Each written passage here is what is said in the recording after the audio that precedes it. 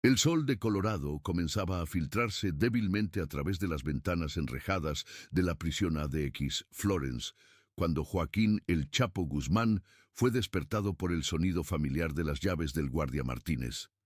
Después de 6 años, 4 meses y 11 días en este lugar, había aprendido a distinguir cada sonido: el eco metálico de las puertas automáticas, el zumbido constante del aire acondicionado industrial y el chasquido de las botas de los guardias contra el linóleo desgastado. «Guzmán, tienes trabajo en el patio», anunció Martínez, un veterano de 15 años en el sistema penitenciario federal que había desarrollado una relación de respeto mutuo con Joaquín durante estos años de encierro. Joaquín se incorporó lentamente en su cama de concreto. El trabajo en el patio era parte del programa de rehabilitación obligatorio, 1 hora diaria donde los prisioneros de máxima seguridad podían realizar tareas de mantenimiento bajo estricta supervisión. Para muchos reclusos era la única oportunidad de ver el cielo y respirar aire que no había sido reciclado por máquinas industriales. «¿Qué tipo de trabajo?», preguntó Joaquín mientras se ajustaba el uniforme naranja que se había convertido en una segunda piel. «Limpieza general del área recreativa, recoger basura, barrer, ese tipo de cosas», respondió Martínez, revisando su portapapeles. «Te van a asignar con otro recluso. Trabajo en equipo». Joaquín asintió. Durante sus años aquí había trabajado con docenas de compañeros diferentes: asesinos en serie, terroristas domésticos, lavadores de dinero de carteles rivales. Había aprendido que en ADX Florence el pasado de cada persona era irrelevante. Lo único que importaba era sobrevivir el presente y mantener la cordura durante el proceso. El recorrido hacia el patio era un ritual que conocía de memoria. 3 puertas de seguridad automáticas, cada una requiriendo verificación biométrica de los guardias. Un detector de metales que pitaba ocasionalmente por los empastes dentales. Y finalmente, la puerta que se abría hacia el patio de recreación, un cuadrado de concreto de 30 metros por 30, rodeado por muros de 6 metros de altura coronados con alambre de púas. El patio no era exactamente un jardín. Era, más bien, un espacio funcional diseñado para cumplir con regulaciones federales sobre tiempo al aire libre sin proporcionar ninguna comodidad real. Había algunas bancas de metal atornilladas al suelo, una cancha de baloncesto con aros sin redes y equipos de ejercicio básicos que parecían haber sido construidos para resistir un apocalipsis nuclear. Pero para Joaquín, que pasaba 23 horas al día en una celda de 2 por 4 metros, este espacio representaba una libertad relativa. Aquí podía caminar más de 3 pasos en línea recta. Aquí podía levantar la vista y ver el cielo de Colorado, aunque fuera a través de una malla metálica. «Tu compañero de trabajo está allá», dijo Martínez, señalando hacia el extremo opuesto del patio. Joaquín siguió la dirección de su dedo y vio una figura encorvada que estaba recogiendo pedazos de papel y residuos que el viento había acumulado contra la pared de concreto. El hombre llevaba el mismo uniforme naranja estándar, pero había algo en su postura, en la forma metódica en que trabajaba, que le resultó vagamente familiar. Mientras se acercaba, cargando un bote de basura de plástico y una escoba de cerdas duras, Joaquín comenzó a distinguir más detalles del otro recluso. Era un hombre de mediana edad, probablemente en sus 50, con el cabello gris cortado muy corto y una complexión que sugería años de trabajo físico. Tenía una cicatriz notable que corría desde la oreja izquierda hasta la mandíbula, el tipo de marca que generalmente venía de encuentros violentos. Cuando estaba a unos 10 metros de distancia, el hombre levantó la vista del trabajo que estaba realizando y Joaquín sintió como si alguien le hubiera dado un puñetazo directo al estómago. Era Ricardo el Lobo Mendoza. El tiempo se detuvo por un momento. Dos hombres que una vez habían sido enemigos mortales, que habían ordenado la muerte del otro, que habían destruido familias enteras en su guerra personal, ahora se encontraban en un patio de prisión con escobas en las manos y uniformes idénticos.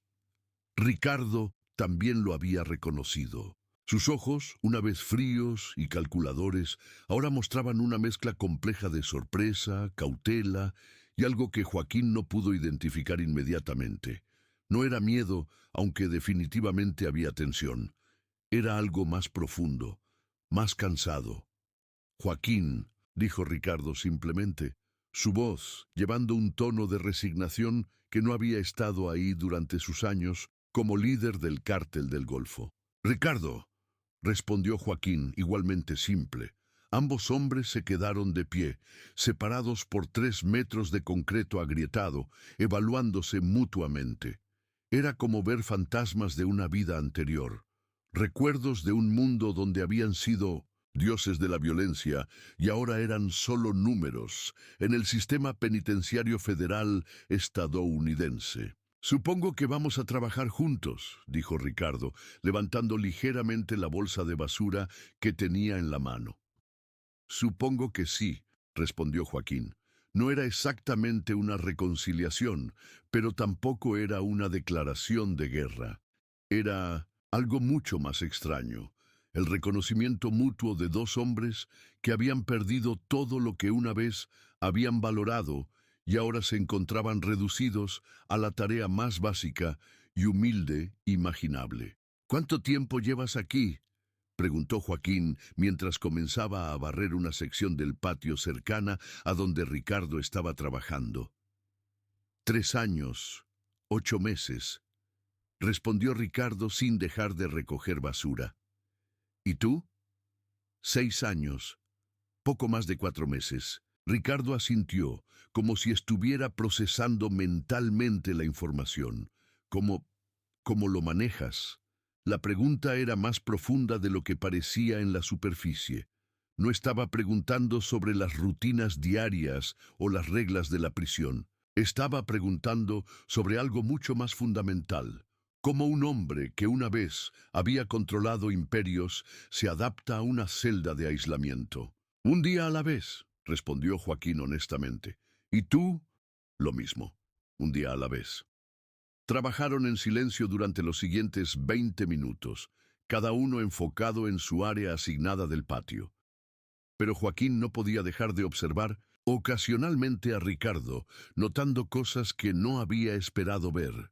El hombre que una vez había sido uno de los narcotraficantes más violentos de México, trabajaba con una diligencia casi obsesiva. No solo recogía la basura obvia, se agachaba para recoger pequeños pedazos de papel que otros habrían ignorado, barría esquinas que parecían estar ya limpias, organizaba los implementos de limpieza con un cuidado que bordeaba en lo ceremonial. Había algo profundamente humilde en la forma en que Ricardo realizaba estas tareas. No era la humildad forzada de alguien que está cumpliendo órdenes a regañadientes. Era algo más genuino, como si encontrara algún tipo de propósito o paz en el trabajo físico simple. Oye, Ricardo, dijo Joaquín finalmente, incapaz de contener su curiosidad. ¿Sí? ¿Por qué trabajas tan meticulosamente? Ricardo se detuvo, apoyándose en su escoba mientras consideraba la pregunta. Miró alrededor del patio como si lo estuviera viendo por primera vez. ¿Sabes qué es lo extraño?, dijo finalmente. Durante 20 años controlé territorios que se extendían por miles de kilómetros. Tenía miles de hombres bajo mis órdenes. Movía millones de dólares cada semana. Pausó, mirando la bolsa de basura medio llena en su mano. Pero nunca, ni una sola vez en todos esos años, pude señalar algo y decir, eso está mejor porque yo estuve aquí. Joaquín frunció el ceño, no entendiendo completamente hacia dónde se dirigía Ricardo. Aquí, continuó Ricardo, señalando el área del patio que había estado limpiando. Aquí puedo hacer que algo esté genuinamente mejor. Puedo tomar un espacio sucio y dejarlo limpio. Puedo tomar desorden y crear orden. Ricardo miró directamente a Joaquín. Es la primera vez en mi vida adulta que mi trabajo hace que el mundo sea un lugar mejor en lugar de peor. Las palabras de Ricardo resonaron en la mente de Joaquín mientras continuaban trabajando.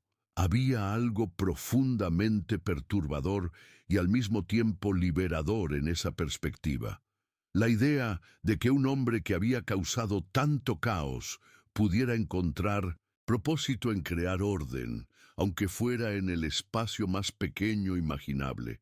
¿Recuerdas la guerra que tuvimos por Nuevo Laredo?, preguntó Joaquín después de unos minutos, refiriéndose a un conflicto brutal que había durado 3 años y había resultado en cientos de muertes. Ricardo se detuvo y miró a Joaquín con una expresión que era difícil de interpretar. Recuerdo, ¿valió la pena? Era una pregunta cargada y ambos hombres lo sabían.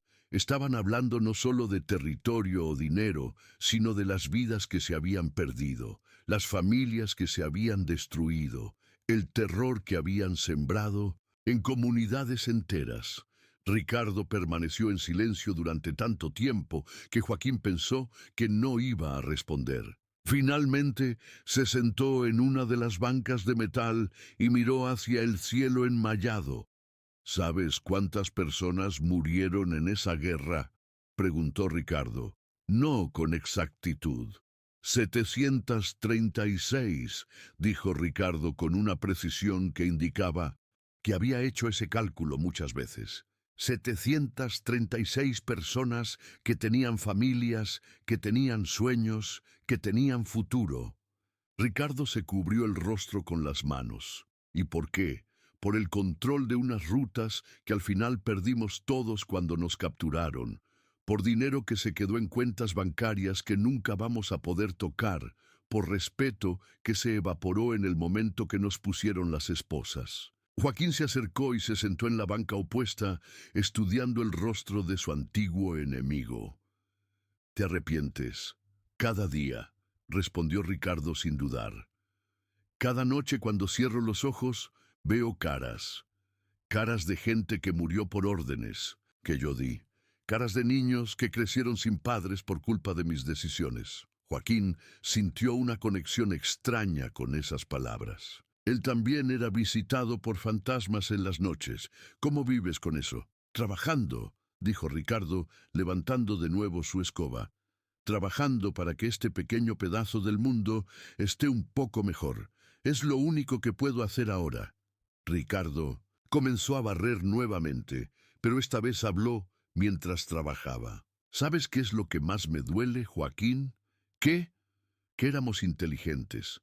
Tú y yo y todos los otros que estuvieron en este negocio. Éramos hombres inteligentes, con habilidades organizacionales, con capacidad de liderazgo, con recursos». Ricardo se detuvo y miró a Joaquín directamente. «Imagínate si hubiéramos usado todo eso para construir escuelas en lugar de destruir familias. Imagínate si hubiéramos usado nuestra influencia para crear empleos legítimos en lugar de corromper gobiernos». «Es demasiado tarde para eso», murmuró Joaquín. «Para el mundo grande, sí», admitió Ricardo. «Pero no para este patio. No para estos 30 metros cuadrados que podemos mantener limpios». Joaquín observó cómo Ricardo regresaba a su trabajo con una dedicación que bordeaba en lo religioso. Había algo profundamente conmovedor en ver a un hombre que una vez había comandado ejércitos privados, ahora enfocando toda su atención en recoger pequeños pedazos de papel del suelo. «Ricardo», dijo Joaquín después de unos minutos. «¿Sí? ¿Cómo llegaste a esto, a esta forma de pensar?» Ricardo se apoyó en su escoba y miró hacia las montañas de Colorado que se veían a lo lejos, más allá de los muros de la prisión. «¿Conoces la historia de mi hijo menor?», preguntó Joaquín. Negó con la cabeza. Durante los años de guerra entre ellos, habían sabido detalles sobre las operaciones del otro, pero muy poco sobre sus familias. Se llamaba Miguel. Tenía 8 años cuando me capturaron, continuó Ricardo, su voz volviéndose más suave. Era un niño brillante. Le encantaba dibujar, quería ser arquitecto. Ricardo pausó, luchando con las emociones. 2 años después de que me trajeron aquí, recibí una carta de mi ex esposa. Miguel había sido asesinado por miembros de un cartel rival que querían vengarse de mí. Joaquín sintió como si alguien le hubiera vertido agua helada en las venas. Lo mataron por ser mi hijo, un niño de 10 años que nunca había lastimado a nadie, que solo quería dibujar edificios bonitos. Las lágrimas comenzaron a caer por las mejillas de Ricardo, pero continuó hablando. Esa noche, después de recibir esa carta, traté de matarme. Había hecho una cuerda con las sábanas de mi celda y ya tenía todo preparado. ¿Qué te detuvo? Una pregunta, dijo Ricardo, limpiándose los ojos con la manga de su uniforme. Me pregunté, ¿qué habría querido Miguel que hiciera? Y supe la respuesta inmediatamente. ¿Cuál? Miguel habría querido que hiciera algo bueno, algo que honrara su memoria, algo que hiciera que el mundo fuera un poco mejor lugar. Ricardo señaló el patio limpio a su alrededor. Así que cada día, cuando limpio este lugar, lo hago por Miguel. Cada pedazo de basura que recojo, cada superficie que barro, es mi forma de decirle que no murió en vano. Joaquín estaba conmovido por la historia, pero también confundido. Pero ¿cómo puede ser suficiente limpiar un patio de prisión cuando has causado tanto daño? No es suficiente, admitió Ricardo. Nunca va a ser suficiente, pero es lo que puedo hacer, es todo lo que me queda. Ricardo miró directamente a Joaquín. La verdad, Joaquín, es que no estoy limpiando este patio para el mundo, lo estoy limpiando para mí, porque necesito saber que todavía soy capaz de hacer algo bueno, porque necesito saber que no soy completamente un monstruo. Joaquín trabajó en silencio durante los siguientes minutos, procesando la conversación que acababa de tener.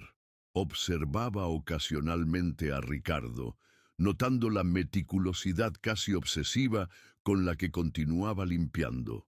Había algo profundamente humano en esa dedicación, algo que contrastaba dramáticamente con la imagen del narcotraficante despiadado que Joaquín había conocido años atrás. Ricardo, dijo finalmente, ¿puedo preguntarte algo? Claro. ¿Alguna vez pensaste en mí durante los años que estuvimos en guerra? ¿Alguna vez pensaste en mí como una persona real? Ricardo se detuvo y consideró la pregunta cuidadosamente. ¿Honestamente? No. Eras el Chapo, eras el enemigo, eras un obstáculo que tenía que eliminar. No eras Joaquín Guzmán, el hombre que tiene una madre, hijos, sueños. Ricardo pausó. ¿Y tú? ¿Alguna vez me viste como algo más que un rival que tenías que destruir? No, admitió Joaquín. Eras el lobo, eras una amenaza para mi territorio, para mi familia, para mi operación. No eras Ricardo Mendoza, el padre que tenía un hijo que quería ser arquitecto. Ambos hombres permanecieron en silencio, absorbiendo la honestidad brutal de esa admisión mutua.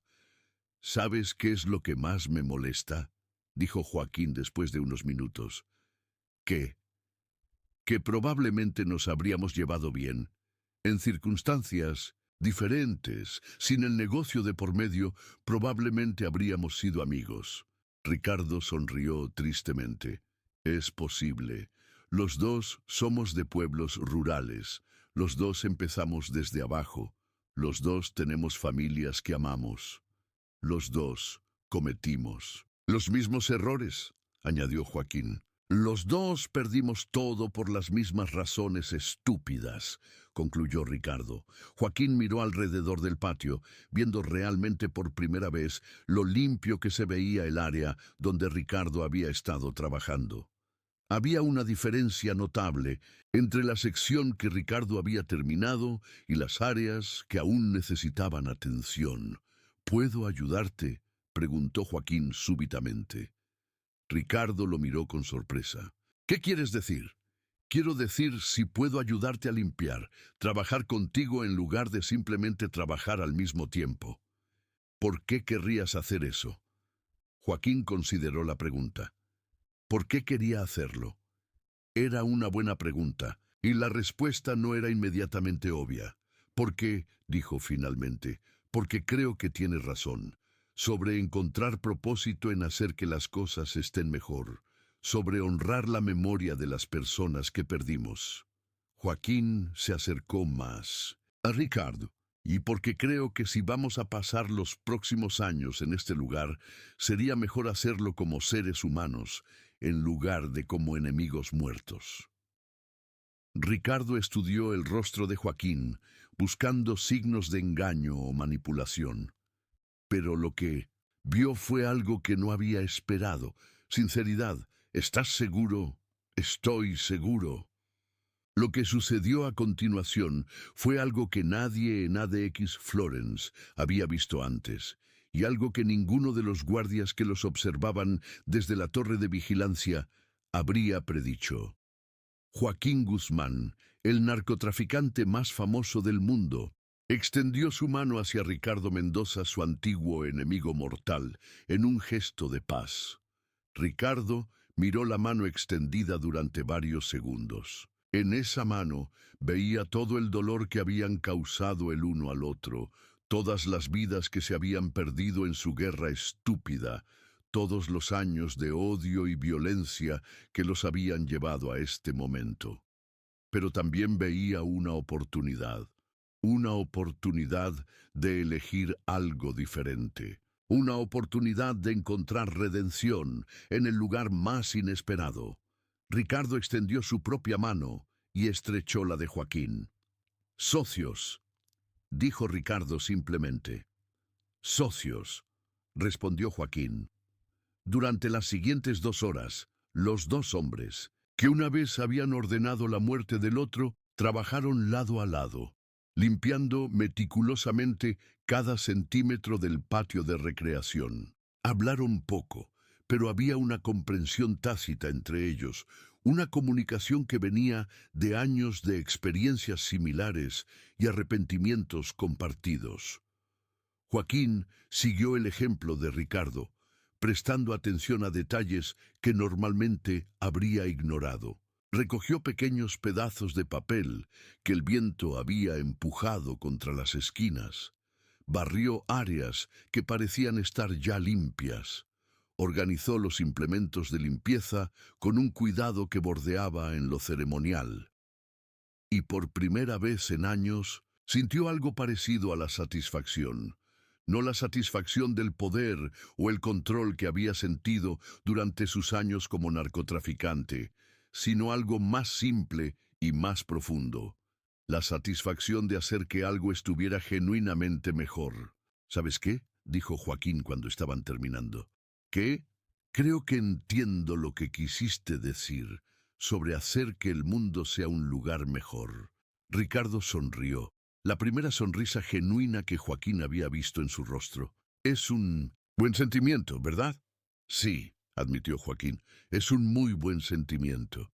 Cuando el guardia Martínez vino a recogerlos al final de la sesión de trabajo, se detuvo por un momento a observar el patio.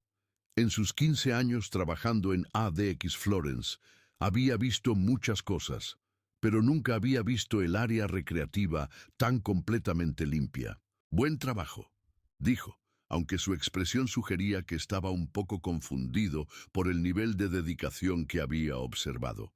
Joaquín y Ricardo caminaron de regreso hacia el edificio principal, lado a lado, una imagen que habría sido impensable solo unas horas antes. «¿Crees que nos van a asignar para trabajar juntos otra vez?», preguntó Joaquín.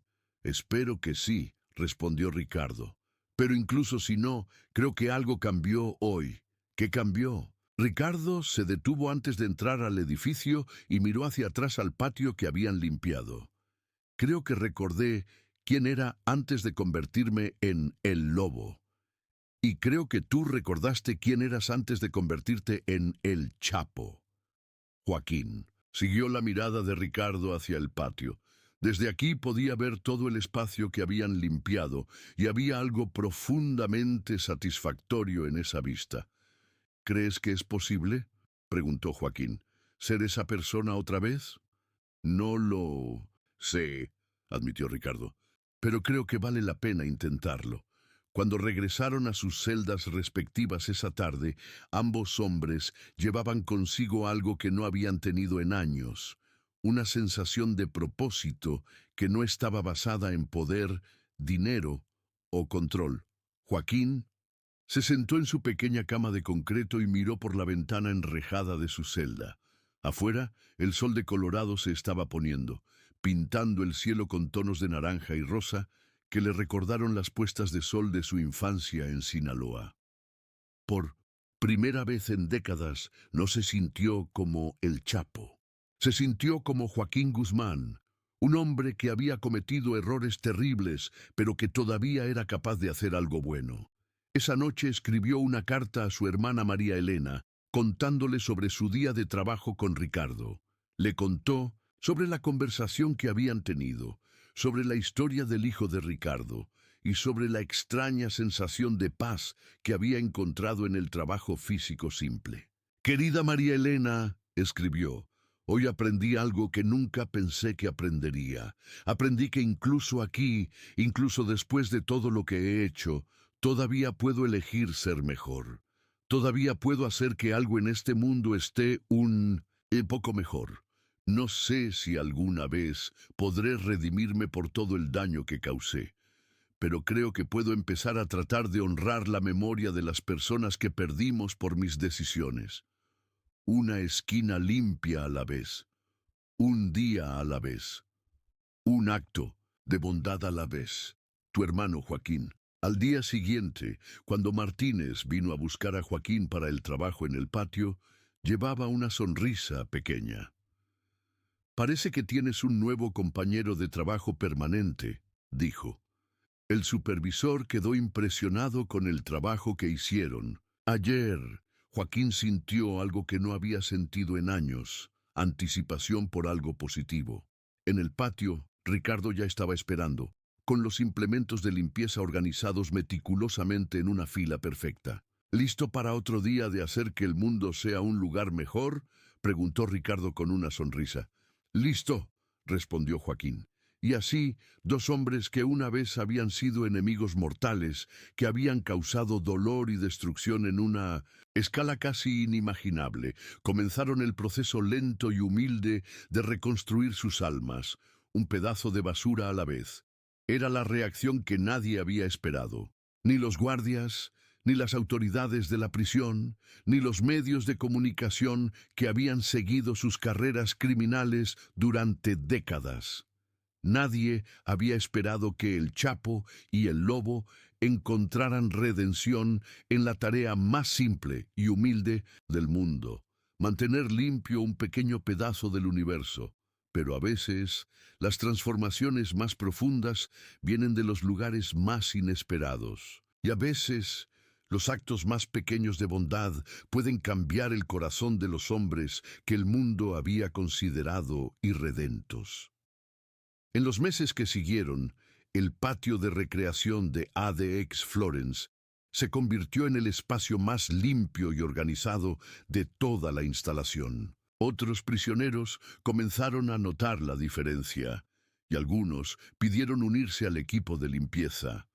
Joaquín y Ricardo habían iniciado algo sin darse cuenta, un movimiento pequeño pero significativo hacia la restauración y la redención en Innocents, uno de los lugares más duros del sistema penitenciario estadounidense, y aunque nunca podrían deshacer el daño que habían causado en sus vidas anteriores, habían encontrado una manera de asegurarse de que sus años restantes serían dedicados a construir, en lugar de destruir, a limpiar, en lugar de ensuciar, a crear orden en lugar de caos.